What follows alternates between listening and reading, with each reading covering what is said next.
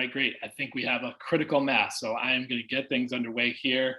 Welcome one and all to Homeless in Foster Care, what would really keep foster youth from sleeping in offices. My name is John Kelly. I'm the co-executive director of Fostering Media Connections. Really appreciate everybody who signed up, registered, and made it for what I think is really going to be a great substantive conversation today. Real quick description of who we are. Fostering Media Connections is based in California, but we're all over the country. We got reporters and staff on the ground in California and New York and Minnesota and Texas. I personally am here in Detroit, Michigan. And we use the power of media and journalism to lead the conversation about youth and families in America. And we do that through 3 central programs here at Fostering Media Connections. The Imprint is our daily news site covering child welfare, youth justice, and youth and family homelessness around the country. Fostering Families Today is our bi-monthly magazine that goes right into the homes of foster care providers and kinship caregivers around the country. And then our Youth Voice program, through which we work with young people and young adults who have lived experience with these systems to help them kind of get their own voice heard in the media, do things like write op-eds and reflections, self-reflections and things like that. If you would like to very easily follow what we do, of course, you can go to our homepage, fosteringmediaconnections.org, imprintnews.org. We have all these newsletters that are easy, light touches. We've included the link here for anybody who wants to sign up for those. And we have like the weekly option, so you can kind of get a quick dose of news every week. Some of our regional ones in California, New York, and a new one in Texas, you can get every month. And then for people that want to follow what's going on with our Youth Voice and Fostering Families program, those are also periodic newsletters as well. And last but not least, we certainly want to thank our sponsor for today's discussion and event. That would be Accenture. So the title of this discussion is obviously provocative, but it's not hyperbole. It is not hyperbole or exaggeration to say that there is a crisis right now in child welfare, such that there are youth who are homeless within the system, and many of them are, I don't want to say calling an office home, but that is where they're laying their head at night, or they're spending nights in hotels without any really stable connection, from night to night. And as the title suggests, our esteemed panel here today are kind of the mind that the discussion around this crisis is not really getting to things like the root cause of why it's happening, what the barriers are to doing better, what the solutions are if those barriers didn't exist, et cetera, et cetera. So without further ado, I want to tell you who you're going to be hearing from in this discussion, because it's not going to be me. It's going to be much smarter people than me. So let me introduce them now. Molly Tierney is the child welfare industry lead for Accenture. She's also had experience leading the Baltimore City child welfare system, as well as leadership positions both in Chicago and Washington, D.C. We have BJ Walker, who's the president of In the Public Way, who's also led child welfare systems in Georgia and Illinois. And we have Gary Ivory, who is the president of Youth Advocate Programs, which is based in Harrisburg, Pennsylvania, but is all over the country. And they have really emerged over many decades now as a true, beacon of alternatives, community alternatives, both in the child welfare and juvenile justice system. So in the juvenile justice system, that looks like coming up with ways to work with kids and families without resorting to the use of detention centers or incarceration in child welfare. That means how can we work on things without resorting to foster care? So these are your panelists for today. I will kind of step off into the background now. I'll be back to help moderate and surface some of your guys' questions from the attendees, which I would recommend.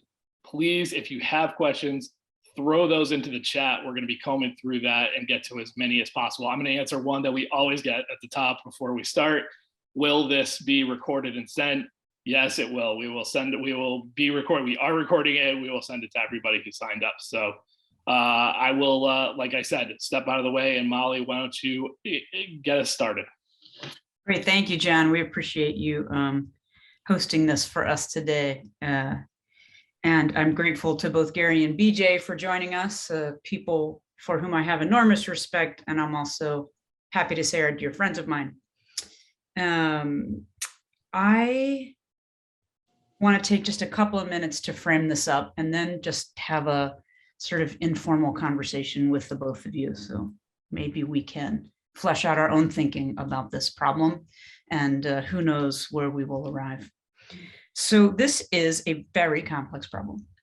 And it strikes me that it's at risk of being oversimplified, because we often hear about it as either, oh, this is a problem about youth who are difficult, or this is a problem that is a scarcity of foster parents.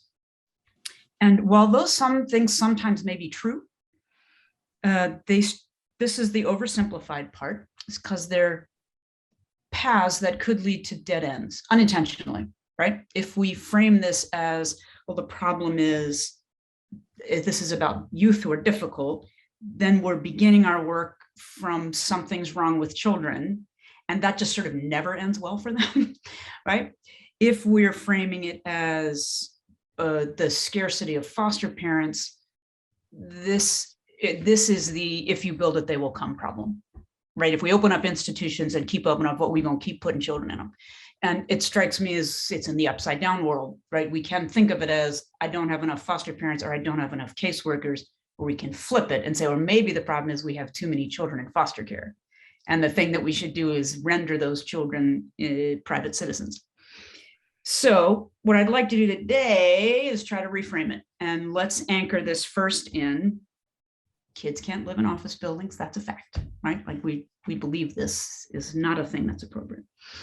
And two, if we're going to concede that this is a complex problem, then we have to think about it in complex ways. And what I want to do is sort of carve this up into sort of three different questions. Sort of first, when in the life of a case could we be intervening to avoid this? We don't have a place to put a kid. That's the first. Second, what are the supports families need? Biological families, relatives, or foster families, what are the supports families writ large need to care for complex children? And three, what are the systemic changes that we need to get underway in order to render this complex problem a thing in our rearview mirror that does not recur? So knowing that's where we're heading, I'd like to sort of get at it these three ways. I think before we do, I wonder if either of you want to just sort of jump in with general thoughts about this, as you know, in the sort of weeks leading up to this conversation. I don't know, Gary, do you have some sort of general ways you've been thinking about this? Yes, thank you, Molly, and thank you for framing this conversation so well. Thank you, John, and look forward to the conversation with BJ as well. I've been thinking about this a lot, actually, for many years, and it is one that is, as you mentioned, is very complex, but it's one that I think can be addressed. What I think of is just looking at it through a lens first of youth and families having strengths, gifts, talents, capabilities, and not just being perceived as problems or challenges. Secondly, looking at it through a lens of how can we help through a partnership with families, birth parents, biological families, and relatives, fictive kin. How can we conceive of a system that supports families instead of seeing them as a problem, where the safety is a primary concern? And we're all concerned about safety, child safety. Providers, administrators, everybody's concerned about safety, but not allowing safety to lead us to make decisions that drain resources from the public sector, don't achieve the outcomes. And what we know about neuroscience now about how the negative and deleterious consequences of removing children from their homes. So I just think we have to look at it through that lens. And and seeing families as partners in helping to solve these problems, rather than as seeing them as problems. Yeah, well said. Thank you for that, Gary. What are your general thoughts, BJ? Thanks, Molly. Thanks, John. And it's of course always good to be talking with some of my favorite people about tough stuff, because everybody can't talk about tough stuff. Right. But this is a hard topic. And as someone who's run a child welfare agency and who has been called in the middle of the night because I said, please call me if children are in an office, and feeling the frustration and the angst that goes with that, because it isn't, it has nothing to do with the child. And for the most part, it has nothing to do with the family. This narrative needs to refocus in so many ways, but I'm going to put one way that I hope we'll also examine closely today. And Molly, you and I talked about this. Sometimes we, in this country, in this nation, we ignore the historical, the structural inequities, the conditions that some families, and not all families, but that some families are going to endure by virtue of their color, race, language, identity, or economic status. Yeah. So it's kind of like we live in a country where you get hit by a Mack truck on a day-to-day basis, and then people blame you because you have a hard time getting up and getting back on your feet and keeping yourself on your feet.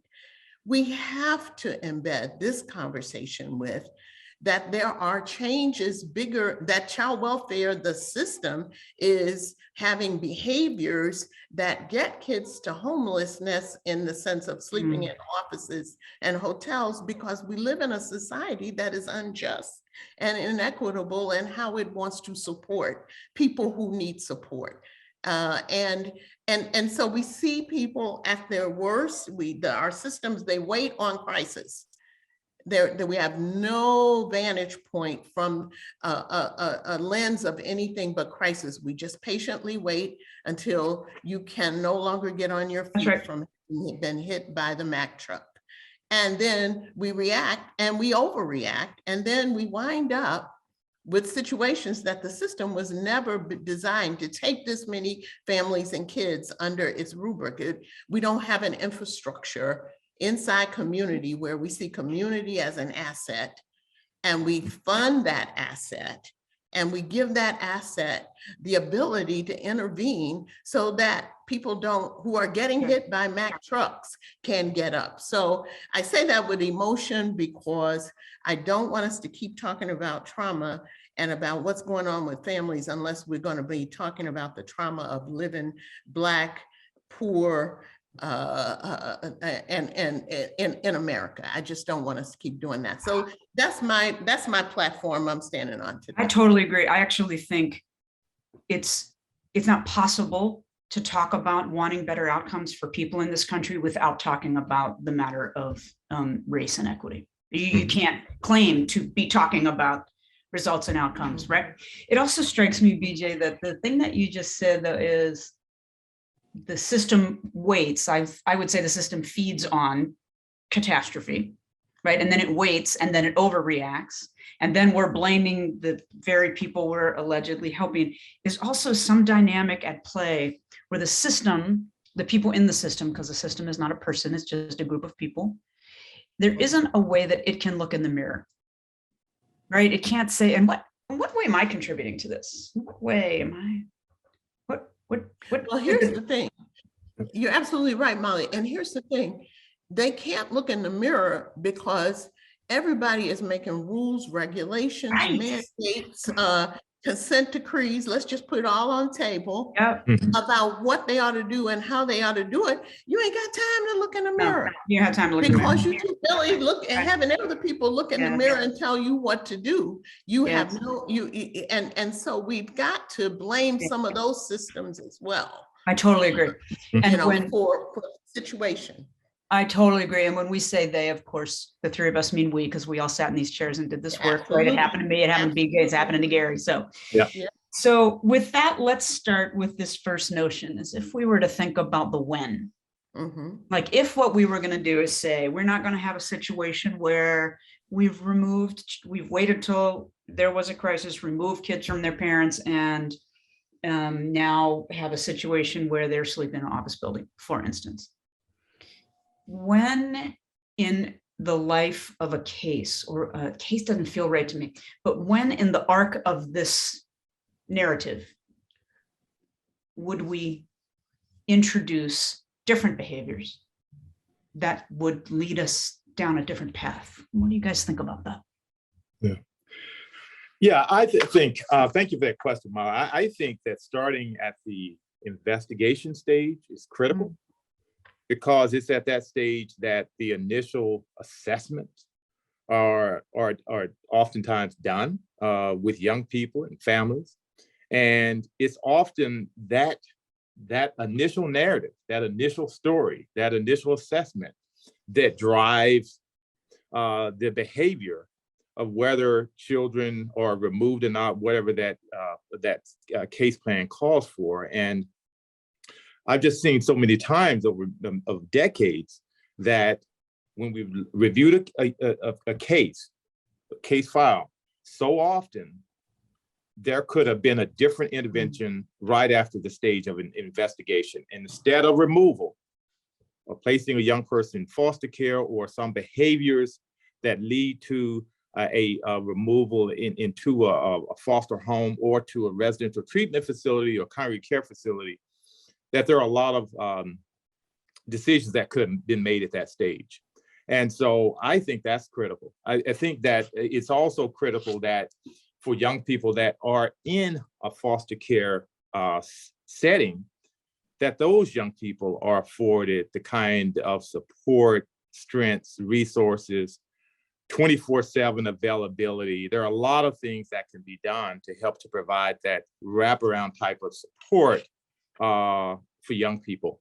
And so, and then I think it's so critical that we look at trying to support the birth families, again, whenever possible. And so often I've seen over the years that birth parents aren't provided that flexible support that need, that 24/7 support, and that they're not perceived, again, as a pathology, but as seen as someone who can contribute, that wants to care for their children, but may have some challenges in doing so.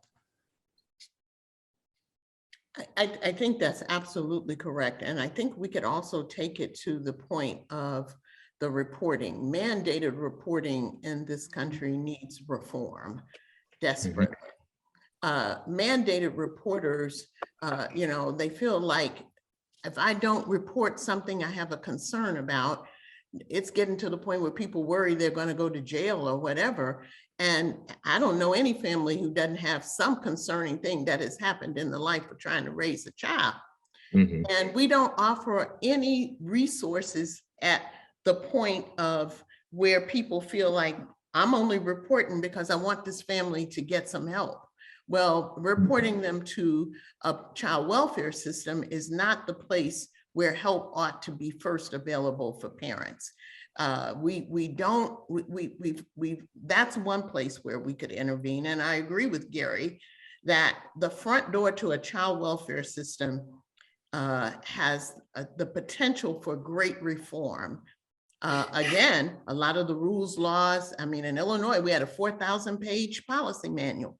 Sometimes those things choke the innovation and the ability of systems to make different choices on behalf of families and do something different on their behalf.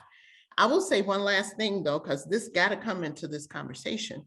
We've got to do something about the intersection between juvenile justice and child welfare. We cannot reform one system without it having repercussions for what happens in another system.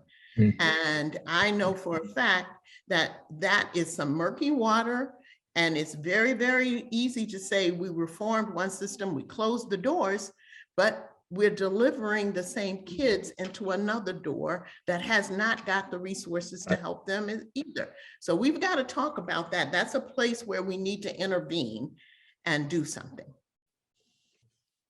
Yeah, I think that all sounds totally right to me. And it also strikes me as to the when question that I think you're totally right. At the point of report and at the point of investigation, we could be behaving differently, right? We could be at investigation, disciplining ourselves away from seeing families only as their diagnosis, right? Which is a really, really unfair way to see people. It also strikes me that, God, even that feels late. You know, to your earlier comment, BJ, about leveraging communities to be places where families can find solace and relief and support and strength.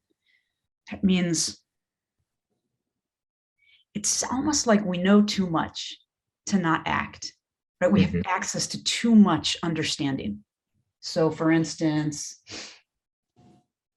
I don't know, there's just, I mean to say, like, you know, my line on this is, wow, 4-year-olds stop going to school. They're trying to tell you something. That family's trying to tell you something. Better go knock on the door. Right. And when I was in Baltimore, the beat cops told me it was 8-year-olds who stole cars. They knew those kids were lost to them, that they'd already lost the battle. And I think, oh, wow, we should be looking at children on the occasion of their first arrest, not to put them in foster care, but to sort of leverage, how can we help a family if they have a kid who's so challenging that they're ending up in the ER for a psychiatric intervention, they are saying we need help. That's right. And I feel like there are signs like that all over the place. And we have this love affair with a privacy that I don't even think exists anymore. Right. And that these things are secret to families, and I don't think secrets exist. And I think it's high time for us to grow comfortable with a kind of information sharing that helps us know without being invasive. I'm not trying to be big brother about it, but we sure are big brother when we walk in somebody's house and take their kid. So I don't know why we're not trying to use that muscle when we have access to so much analytics and data that could give us a little high sign. Yeah, I mean, we're not thinking of the family as a unit of intervention. And we're not thinking about how communities, we're not talking about wellness. I mean, I know we're talking about prevention, and yes, we need prevention, but we wouldn't need to prevent bad things if we were able to do things in communities or build business models in communities that are intended to support families to be well and support family, and well families will support other families because all families have crises. But the issue of building the kinds of connections and relationships, we haven't focused on that as a business model at all. That's right. And we need to do that. And we need a different construct in terms of funding, but also in terms of how we see what is needed. And we have to see it through the eyes of the people. We always talk about meeting people where they are, but we keep trying to meet people where they aren't. If I'm in the emergency room with my kid and they're having some sort of crisis that needs intervention there, and it's a mental health crisis, that's where I am right then and there, right? And we just we haven't decided those are appropriate places to connect with families, and that the family is the point of intervention. Because at the end of the day, when families give up, some families actually take their hand off the wheel. Why? Because they don't have any way to keep holding on to it. That's right. And they believe maybe if I take my hand off the wheel, somebody else is going to help me. But we could build relationships and connections that can help them before they get to the point where they're so frustrated they take their hand off the wheel. I think that's right. And I want to transition to talk about this question of support. But before I do, here's a question that is on my mind. This idea that we could be helping at the community level. Mhm. The question on my mind is, how do we do that and avert the likelihood that that would just be another opportunity to prey on Black and Brown communities? For instance, in Baltimore, way more Black kids are arrested than white kids. Now, maybe more Black kids are committing crimes, but I don't think so. I'm here to tell you that the neighborhoods where those Black kids are, that's where all the cops are. Right. So maybe that's why they're getting arrested more often than white kids. So I think, right, how do we think about providing this kind of approach without it just being another opportunity to do damage across a color line? What are your all thoughts on that? Yeah, I think this is a great question, Molly.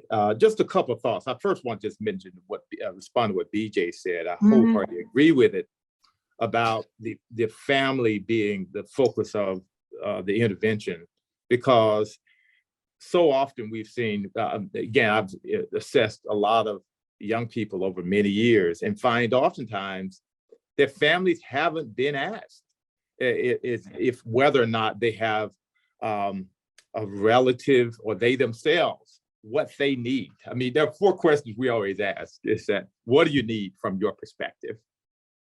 How can we help? And what can we work on together as equal partners? This whole thing of equal partners, power is real. And sometimes the way power works in child welfare and juvenile justice is very interesting dynamic. And then once you're stable, how can you give back? We think those are essential in helping to empower, encourage, give families voice, give them a sense of that I own the plan, whatever the plan is. I participate in the design of the plan, of the intervention, and that helps with engagement. Because you hear all the time, well, families don't want support. They don't want to be engaged. They don't want to support their children. They don't have the resources. They don't have the wherewithal. They can't keep their children safe. They don't have a degree. They don't have this. And you go through this whole panoply of issues.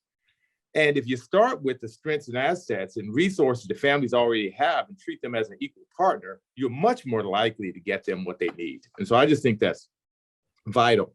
Also, BJ mentioned about the JJ and the child welfare system. We found that so many young people that are duly involved in child welfare and JJ, a lot of those young people are dealing with so many challenges, and what we find, again, if we listen to them, working with the court system on probation, and we're dealing with on the child protection side as well, that we can keep those young people from being removed from the home, providing the right kind of support. And when the right kind of support, I'm talking about that 24/7 culturally appropriate response, so that you don't end up with children being removed and putting into these crisis situations, leading to them being in CPS offices or in hotels, et cetera. That need not be the response. There can be there is a better response than that, and I hope we'll get into that, I think, a little bit later on. Yeah, here in Chicago on the West Side, I've been observing a group of people who are beginning to try to think about how do you build family support from the ground up? How do you take what have been traditional assets in the community, and those assets, sometimes they're people, Ms. Jones, or sometimes it's an organization that's been there a long, long time, and it may not be thriving as well as it used to, but it's still there. There's an organization, a shout out to Bethel, where my son is the CEO here on the West Side. They provide party space for people in the community, where you can give your child a birthday party, you can give your grandmama a birthday party, you can give yourself, you can get married. Well, they're walking into that place to interact, to meet people. I mean, we need to create these places as anchors and strengthen the hubs that are there that we have so disinvested in over the last 20 years, 25 years, and get them back to the point where the community can walk in the door and know when they walk in there, there's something there that they want. And we need to stop making plans with people. I mean, I don't want a plan in my life right now. I need you to take care of what's going on as I walk in, right? That's right. You know, today, here's the problem I got. You know, and here's what I need help with. And I can't be bringing you all my problems and taking time to go to all these different things and places. So we got to work with people like they're real people and not like they're some sort of just, you know, some object that we're investing in. They are investing in themselves, and they got voice. And if you provide places and spaces for the people to gather to do things that are important to them, they're going to figure out how to connect with one another.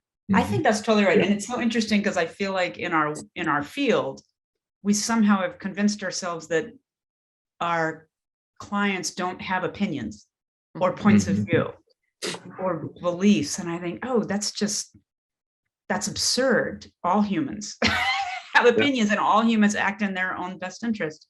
But BJ, I love this idea of spaces, and the way you refer to them as, I think you call them anchors in the community, because, you know, if we left this webinar and went to a webinar on community development, you and I know that in low-income communities, anchors are the Payless and the Dollar General, right? And okay.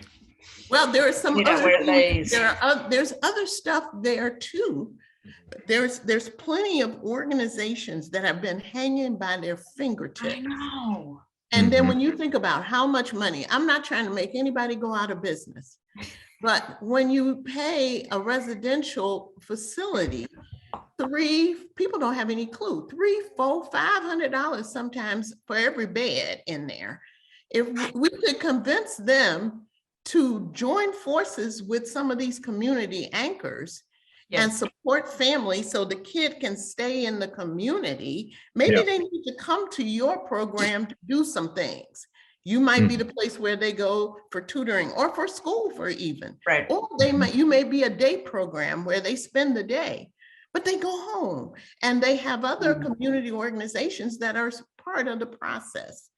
And we just need to, I guess we're getting all over your questions, Molly, but we need to restructure the financial model to incentivize the ends we seek. And right now they're all aligned elsewhere. And if you start messing with them, people get mad. They want to fire you if you're in charge of the money, or they want to work around you. So we've got to reinvest the money. There's a considerable amount of money out here being invested in the wrong outcomes. Right. Well, BJ, I think that's critical to talk about money and finances. First, at the family level, one of the things that we try to do, and I think it works, is helping to strengthen the income of both the young person and the family. And there are a few ways of doing that. Subsidizing wages, that's one strategy where you can do that, using things like flex funds and other things to help to incentivize and support families so that they can care for children and meet basic necessities. That also helps young people who are dually involved in juvenile justice system, where many of them get involved in underground economy because they're living in such dire poverty, or they have fees, fines, all other kinds of things that they have to pay for.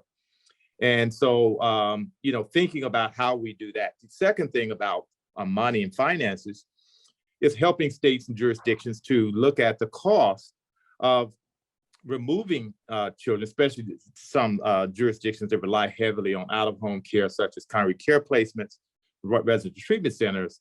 It's amazing how quickly that there's a rationale and justification to expend money on that. But when you try to come up with an alternative to say that we can provide 24/7 response, support relatives, provide transportation, make sure young people are connected to their school, keeping them connected with a support person, a mentor, an advocate, or whatever you want to call them, somebody that cares for them from their neighborhood, understands their culture, speaks their language. That's a much more effective approach. But oftentimes we get caught up in how that's funded and how that's financed. And so we spend a lot more on investing in kids to place them out of state or to put them in current care facilities than we do creating these incentives that BJ is talking about that are much more effective and more cost effective as well. I think people are afraid of that, Gary. Like that's my experience, is that they think, especially because I have to remember we were talking about if we're in the situation where the narrative we have is these are Black youth, right? Our country has a narrative of be afraid, right? This is a false narrative. Gary and BJ and I know each other really well, so we're have turned the soil of this conversation over, but that we have a false narrative about being afraid of them. And this would lead us down a path, administration down a path of saying, well, the only way to keep everyone safe is to get them treatment, is to get them a residential treatment center, right? Which we all know where those end. Right? Kids that spend enormous months and years in residential treatment centers are preparing for the penitentiary. But so the question is then, let's be more specific, because some of these kids are having a complex period of their life, right?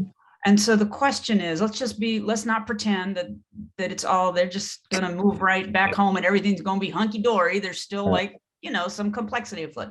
So what, with more specificity, do we think are the kinds of supports that would mean a family, the biological family, the auntie, the grandma, or the foster family could keep a kid like I've just described out of an office building, out of a residential treatment center, out of a juvenile justice facility, and just in the community? At Carl Dennis, I just saw him on a LinkedIn, and he's what they say, OG. He's been around a long time. He's been around since Hector was a pup. But he told a story of approaching a woman who had basically taken her wheels off. She said, "I can't deal with him. I can't deal with him." And he went to her and he said, "I know you don't want your son back home, but can you give me 10 or 15 minutes? And he just went through what would you need? What would you take? And somehow he persuaded her. And, and she had a list. If asked, people have a list. They know if you could just make sure that when the school call, because he acting up in the school, that y'all could send somebody instead of me having to leave my job. That's right. Pay to go up there area of the day trying to figure it out. He said, "I can do that." It's just a perfect way to get at understanding that solutions that come from the people who are inside the problem are most likely to be what will work, because they telling you what they've experienced. She know what's going to happen with this boy. She know he ain't gonna come home from school, because then you all pick him up after school, take him to your after school program, and then bring him on home about 8 or 9 o'clock. And we can do that. So we don't have that sort of notion, and the community has not been invested in sufficiently to build what it knows it needs. And I'm gonna put one more piece on the table: leadership. Public sector leadership. You get beat down if you're a public sector leader in child welfare. Every day is a beat down. Every day you wake up. If you're not, you just wonder. I used to ask my husband all the time. I said, "Am I above the fold in the newspaper?" That's when we still had newspapers. And he'll say, "If I'm not, it's a day where I can get out of bed and go on and see what I can do." But we need people to show up in public sector leadership who are willing to take the risks that it takes, who are willing to stand their ground around the right work, who are willing to stand in front of a legislator and say, "I hear you, but I can't do that way. I'm not going to continue to support that kind of programming." Now, I will talk to them about giving me the programming that I need, and I will pay them for it.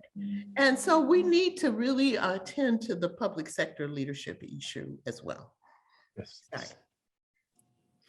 Yeah, so just a couple of thoughts on the support question. I would say that first, I think that we have to move away from a very categorical way of looking at services, funding streams, and look at what the families need, and again, give them voice in whatever the plan is. And that's just critical. And we found that really works. And a lot of times in our initial conversations, families, young people, when we assess them, or families will say that we don't have resources that we need. We don't have anyone that we could live with that would support us. And we start digging deeper. And I use that word a lot, dig deeper. And when you start asking more questions, typically you find that families have a lot more resources as far as in terms of relationship, and which is why we like to call it a relationship-based approach. That so much of what we find is that young people are deprived of relationships with people from their own community who live in close proximity to them, that don't have to have a credential or a degree. They could be GED to PhD, as we like to call it. But they're the people who are available 24/7, live in that neighborhood, care. John McKnight would call them community guides. They help to navigate resources in the community. They have the relationships. They know the local pastor or the rabbi or whoever the faith leader is in the community. And oftentimes we leave out the faith community. I think that's a mistake. We have to look at all these institutions and leverage them.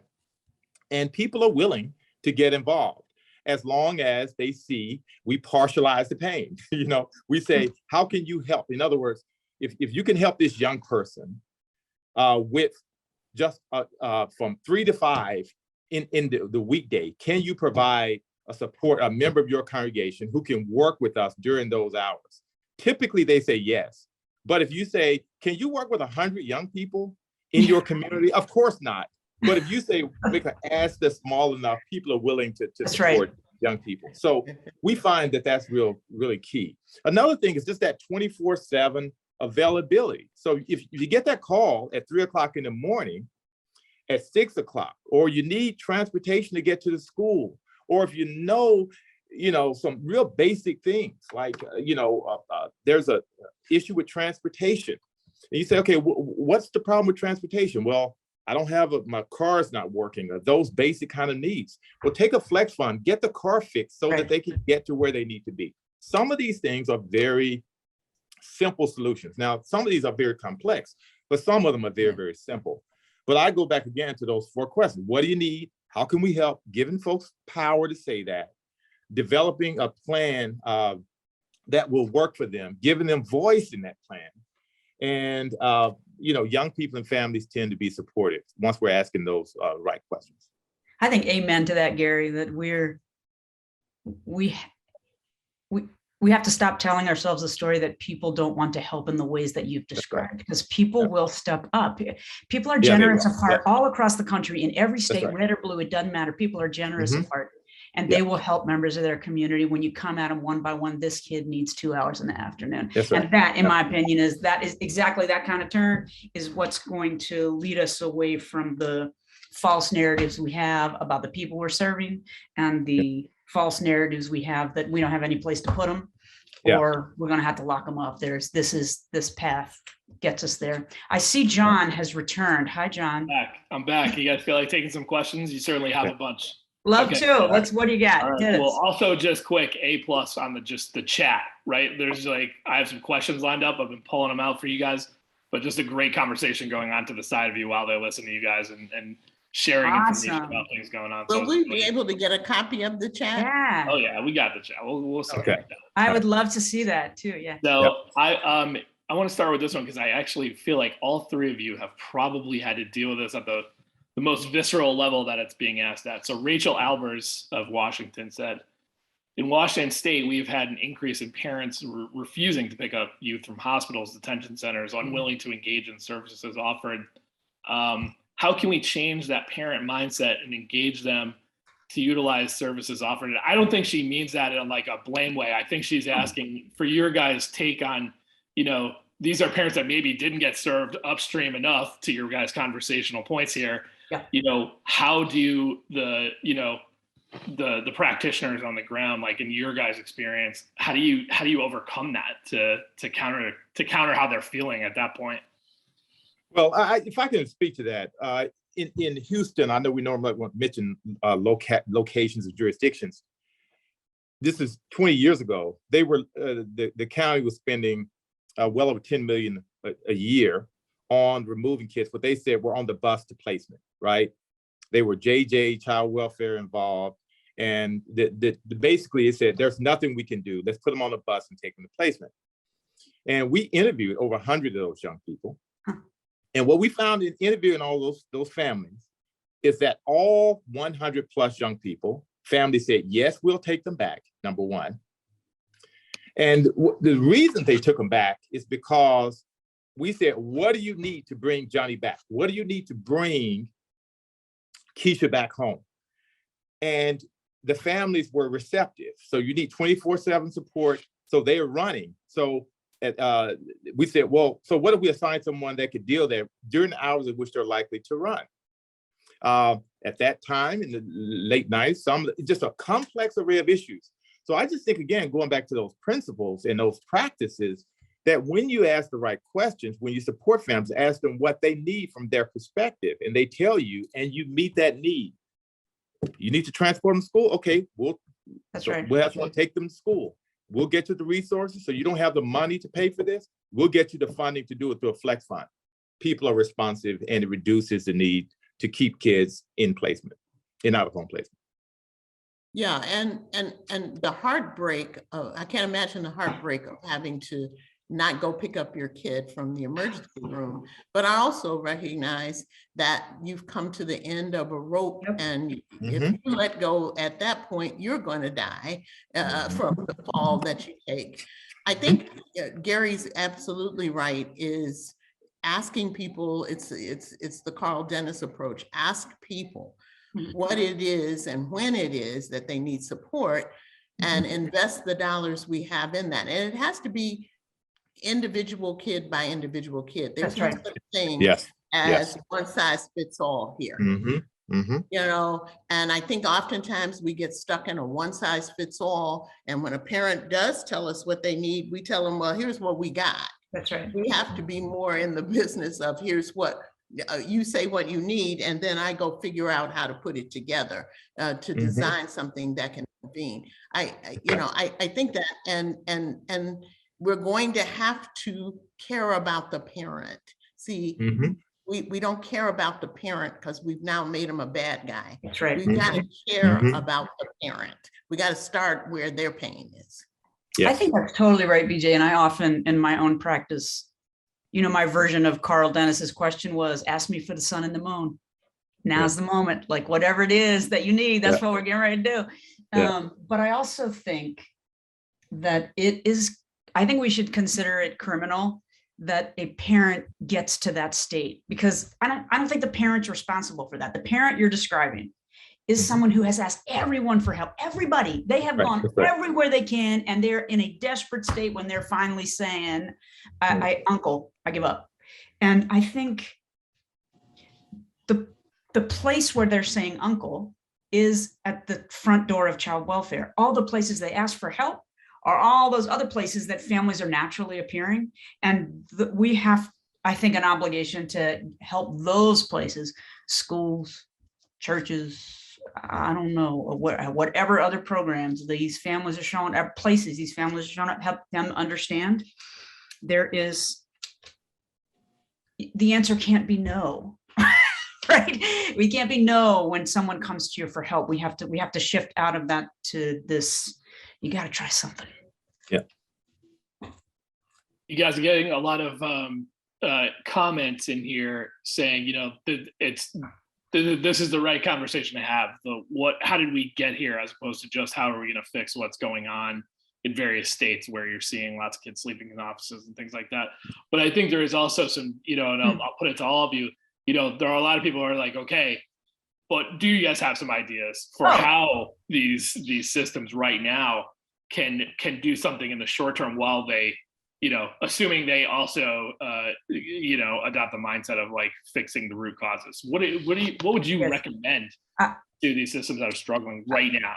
Yes, I have some thoughts on this that I feel strongly about. I think that these systems that are saying we don't have any placements for them, that is a point of view that should be pressure tested. Because what I find is that it's rarely the case that they don't have beds. What they have is placements that are saying no when you call, right? And so if a placement is saying no, I won't take the kid, odds are that placement knows, because the way placements are organized is you're sort of approved for a demographic profile of a kid, boys who are 8 or something like that. And when you call someone and ask them to take someone out of their demographic profile, if they say yes, they're going to be in violation of their license. And they're not trying to do that, right? So we've put them in an awkward position. So the solutions to that are, of course, somebody to pick up a pen and make sure that the licensing regulations have plasticity in them, so that if then you can only take children in the profile I'm licensing you, unless you and I agree to an additional set of resources like the one my buddy Gary is describing, that we would use to have inclusive in that placement, so that the child can remain stable. It has to be sort of, you have to have a way to find among your providers partners who are ready to say, here's my version of the sun and the moon. Here's what I will do. I agree. I agree Right? wholeheartedly. You have to, right now, when the problem is sitting on your doorstep, you have to, I found myself having to say, there are 2 or 3 providers or several providers who I know if I sit them across the table from me and tell them, I do not want to hear no, you tell me what will it take for you to say yes every time, and then let's keep talking this through until we get there. And then you become something I can use when I'm in that situation, because those situations are not going away. We don't want to be Pollyanna here. That's right. We understand Right. that there are some children, some youth whose trauma at that moment is such that you can't take them home, and they do need some help and care. And given that, you just have to get your providers. You have to first start with the willing, but then I started just cutting back on my beds with the unwilling. That's right. I'm not going to pay for 20 beds and you only have 8 kids on any given day, and on the other 12 beds sitting there. I'm not going to do that. So again, we go back to leadership.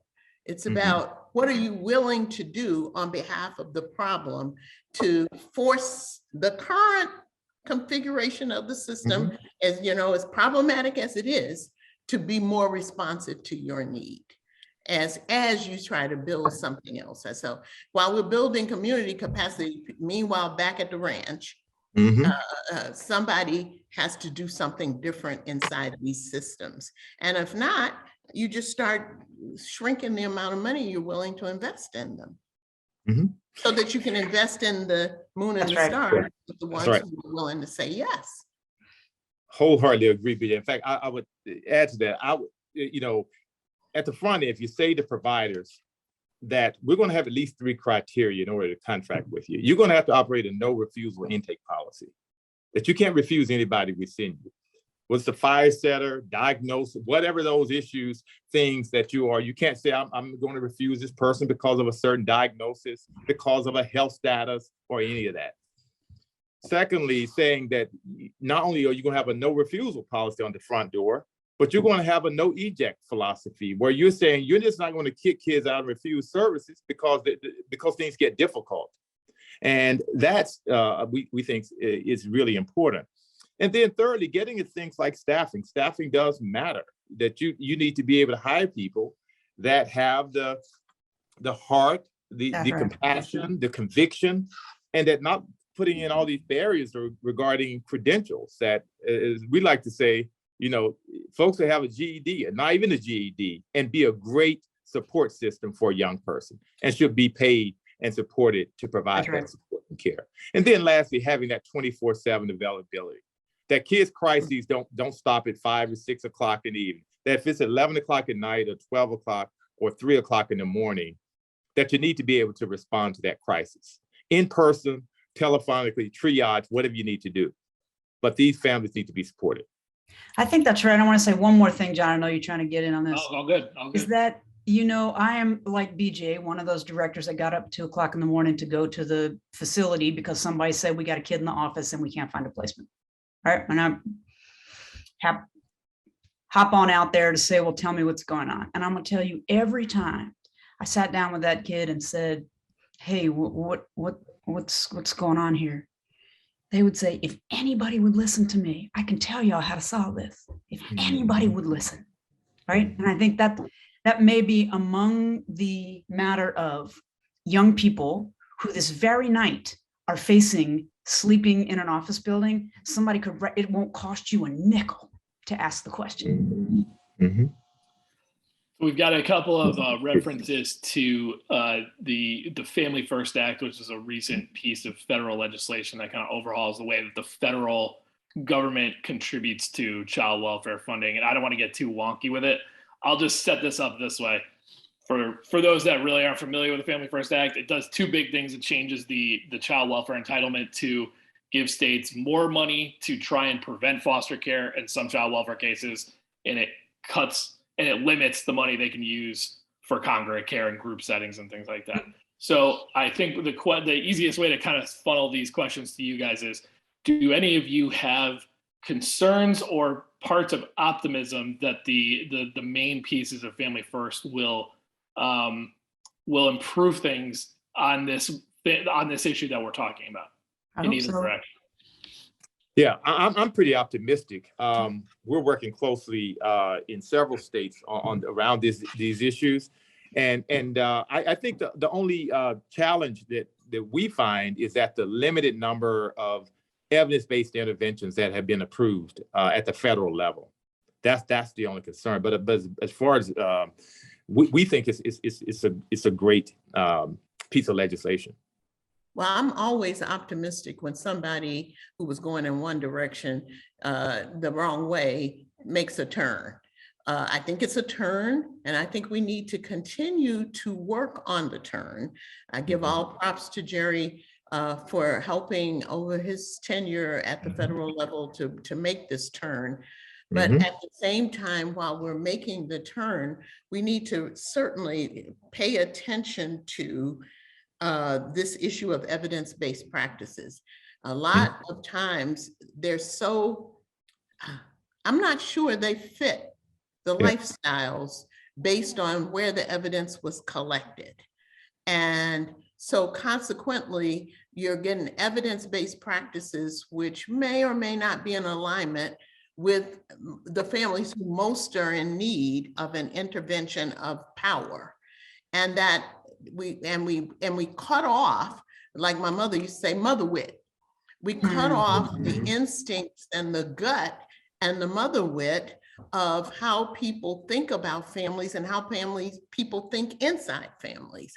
So it's great turn, but the turn needs some more work, I think. But I'm enthusiastic about the turn, and I'm enthusiastic about the potential for doing more with this turn. So we have like a minute until the hour mark. Are you guys down? I have like two I definitely wanted to get to you. So you guys have a few more minutes if folks are willing to stay. I'll just fire these off. I did want to get you one question from Kayla, who I really appreciate. Kayla is a former foster youth who has been sharing some of her kind of perspective in the chat. One question she had is, can we talk about education? Only 3% of foster children are making it to college, and even less graduate. I think that's referring to the foster youth who age out of the system at the end. But how about that? I mean, how does education fit into these issues later, where we're seeing youth in offices? Do you see any connection between the two issues? Yeah, we know that oftentimes when they're in these offices, that their education is oftentimes so far down on the list that we're focused on safety, mental health, and a lot of other things. And so often education is left off the priority list. But we think it should be a part of it, and doing things like making sure that kids get to school, that we remove as much stigma as possible from them. as someone who grew up on public assistance myself in my childhood, I used to hate it when a worker would come to the school and take you to the dentist. I mean, that kind of stigma. I'm sure that's not happening in 2022. But this stigma that sometimes becomes associated with so many young people in the child welfare and juvenile justice system. And John, my answer to that is, I go back to my leadership frame. We need, the business model for child welfare needs serious work, and we need leaders who are going to keep their eye on key indicators like education. Mhm. When you ask for the data of your system, you're appalled when you see kind of what's going on in the education field. But also, the schools have a responsibility to also think about how they work with young people, and particularly, no matter what the challenge of a young person is, they have a responsibility. And we often get so caught up in the mechanics of delivering the educational experience that we forget to focus on what it is that young people are doing in connection with it, how they're interacting with it, how we are asking them to participate, and how we're listening to them, quite frankly. So the education is one of those things that doesn't get lifted up enough in the child welfare space, and we need to lift it up more. Yes. Absolutely. Absolutely. Well, we've gone past the hour mark for sure at this point. I'm just going to wrap it up. You don't have to respond to this, but there's just so many great things in here that we probably could do a part 2 of this, because a lot of comments, a lot of chatter about kinship care and how that fits in. Of course, that's a huge thing. We could really honestly just do one just on that. I'm going to quote just real quick Sarah Peters, who is a foster parent of 25 years, saying she loved the day program idea, and perhaps the child could safely be home at night also, if they had good day programs. Kylie Kindred had some great comments and questions in here and asked, to the point that you guys discussed and has been in the chat about concrete support. She asked, have any states formed kind of one-stop shops to help families just get connected to everything that they're entitled to? Great idea. Off the top of my head, Kylie, I believe Nebraska kind of experimented with that. I don't know if these guys have any quick answers to that, but I'm sure folks in the chat have rung in for her as well. So with that all said, I just want to thank everybody for just a lively conversation on the discussion, and then to the side of the discussion in the chat. We'll be sending out the recording. Really appreciate everybody for coming. Molly, BJ, Gary, thank you guys so much for just an amazing conversation. And to everybody out there, have a wonderful Thursday afternoon. Thank you very much. Thank you, John. Thank you. Thank you, Molly, BJ. Thanks. Thank you.